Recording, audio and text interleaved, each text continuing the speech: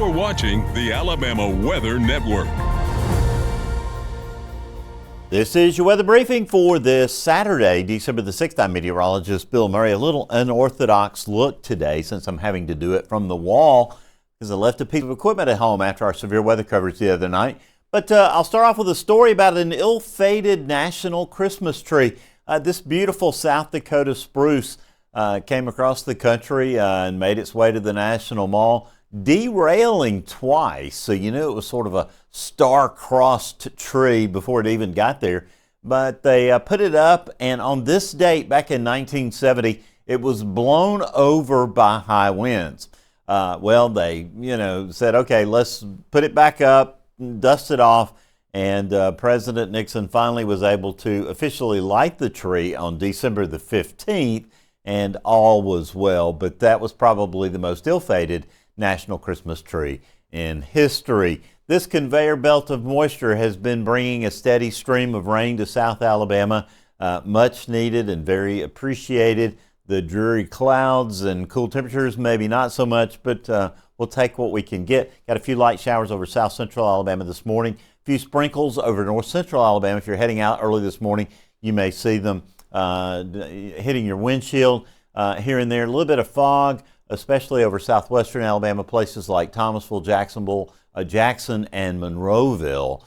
Spanish Fort, we saw in the sky cam a little bit earlier. The fog was pretty dense heading over the Bayway. No severe weather today, no lightning even in that activity along the Gulf Coast. No severe weather tomorrow, and no severe weather for your Monday. That's good news. Taking a look at the futurecast over the next 96 hours or so you can kind of get an idea what's going on.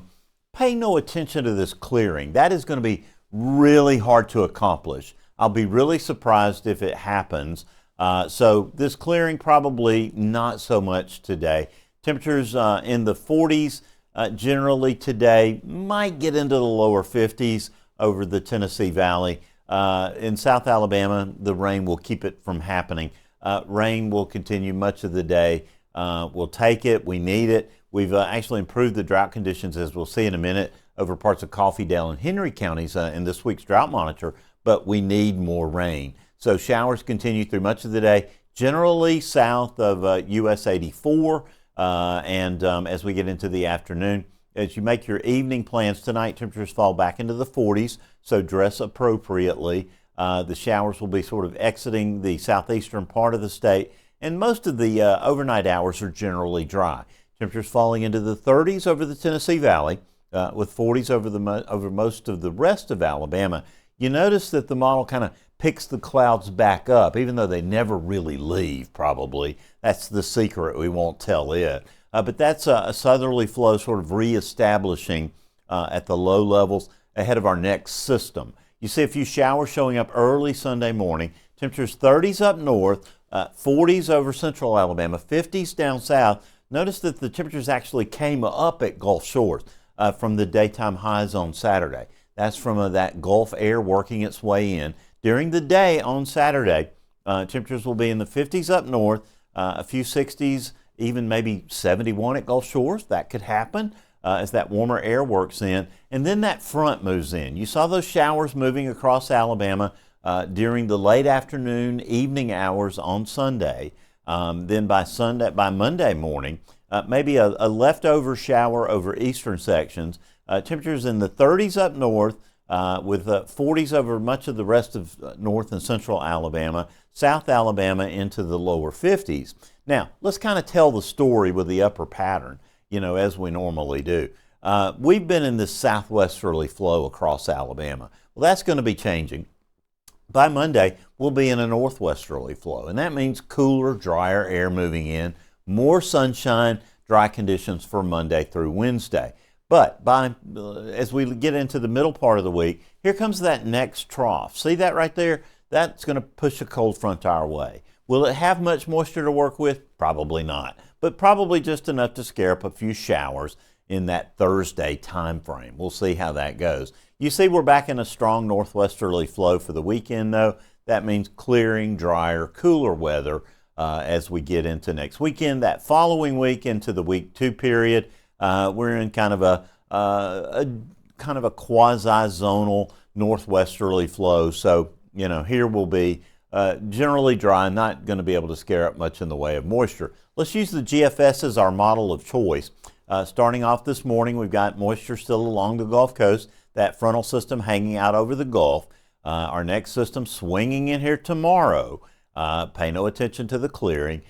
These showers will move through late Sunday afternoon, Sunday night. We'll call for rain chances there. Clearing for your Monday. Tuesday looks like a pretty day, even though it'll still be chilly. Temperatures in the 50s. Some moderation by Wednesday, some higher clouds in the Tennessee Valley. Here comes that next system by Thursday. You see some sparse showers moving through Alabama. Not much to really write home about. Nothing certainly is going to help in the drought department. Friday looks like a pretty nice day. Clearing skies, cooler. Temperatures probably back in the 50s, lower 60s. Saturday looks nice. Again, cool. Some high clouds in the area. Not much to worry about. Then moving out to 10 days, 16th of December.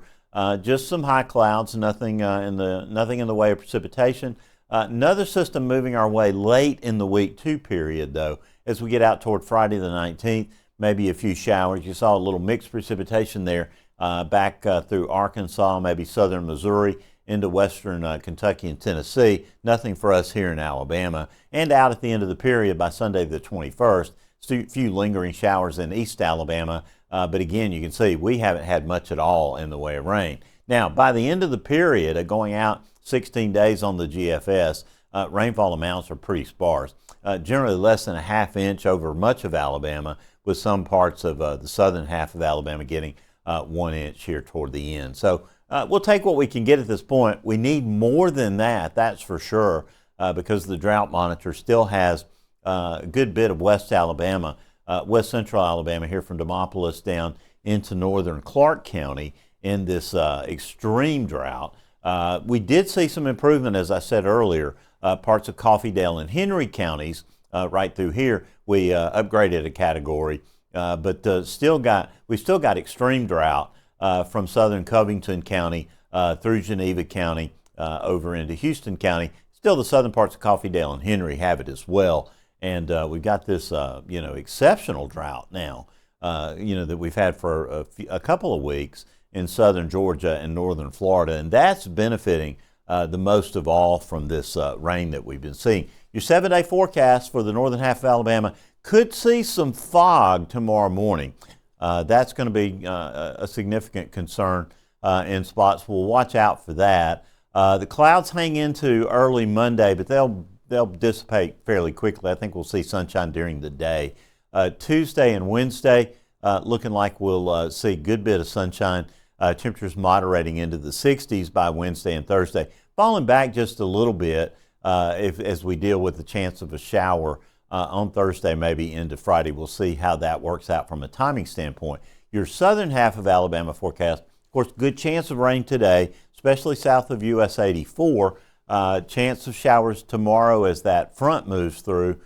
They should be out of here by Monday. Mostly dry Monday, Tuesday, Wednesday, and we'll call for that small chance of showers as we head into Thursday and Friday. Temperatures will fall back into the 50s for Monday and Tuesday, with some morning lows below freezing Tuesday and Wednesday mornings, but we'll see temperatures warming back really almost to near 70 by Thursday. That's your morning discussion video here. I got one more thing to tell you. The WeatherBrains podcast, of course, we'll be dealing with the folks from the the Weather Prediction Center.